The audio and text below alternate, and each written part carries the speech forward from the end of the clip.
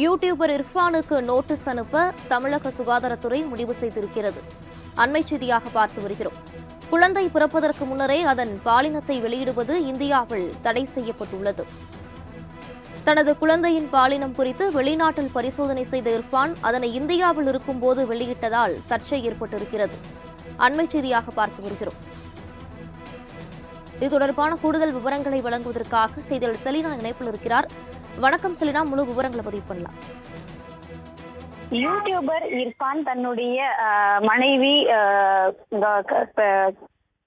YouTuber Irfan குறிப்பாக தனது மனைவியின் வயிற்றில் இருக்கக்கூடிய குழந்தை என்ன குழந்தை என்பதை ஆவலுடன் தெரிந்து கொள்வதற்காக தன்னுடைய மனைவியை வெளி நாட்டிற்கு அழைத்து சென்று அங்கு பரிசோதனை என்பது மேற்கொள்ளப்பட்டிருக்கிறார். தமிழகத்தில் குறிப்பாக ஏற்கனவே வயிற்றில் வளர்ந்தக்கூடிய குழந்தைக்கு என்ன குழந்தை என்பது குறித்தான பாலினத்தை தெரிந்து கொள்வதற்கு தடை என்பது விதிக்கப்பட்டிருக்கிறது. இந்த நிலையில் துபாய்க்கு அழைத்து சென்று தன்னுடைய குழந்தை என்ன குழந்தை என்பதை கண்டறிவதற்காக பரிசோதனை என்பது மேற்கொள்ளப்பட்டிருப்பதாகவும் சமீபத்தில் இது தொடர்பாக என்ன பாலினம் என்பதை அனைவருக்கும் தெரிவிப்பதாக யூடியூபர் இர்ஃபான் ஒரு வீடியோ ஒன்று பதிவிட்டிருந்தார். அது சமூக வலைதளங்களில் வைரலாகி வந்த நிலையில் தற்பொழுது அது தொடர்பாக ஏற்கனவே சுகாதாரத்துறை என்பது விசாரணை நடத்தி வருவதாக தெரிவிக்கப்பட்டிருந்தார்கள். தற்பொழுது யூடியூபர் இர்ஃபான் மீது நடவடிக்கை எடுப்பதாக சுகாதாரத்துறை சார்பாக பரிந்துரை என்பது செய்யப்பட்டிருப்பதாக தகவல் என்பது வெளியாகி இருக்கிறது. வெளிநாட்டில் பரிசோதனை செய்து தனது பிறக்க இருக்கக்கூடிய குழந்தை இதுதான் என்பதை அறிவித்திருந்த இர்ஃபான் மீது நடவடிக்கை எடுக்க சுகாதாரத்துறை என்பது பரிந்துரை செய்யப்பட்டிருப்பதாகவும் அதே போல இது தொடர்பாக விளக்கம் கேட்க இருப்பதாகவும் சுகாதாரத்துறை சார்பாக தெரிவிக்கப்பட்டிருக்கிறது.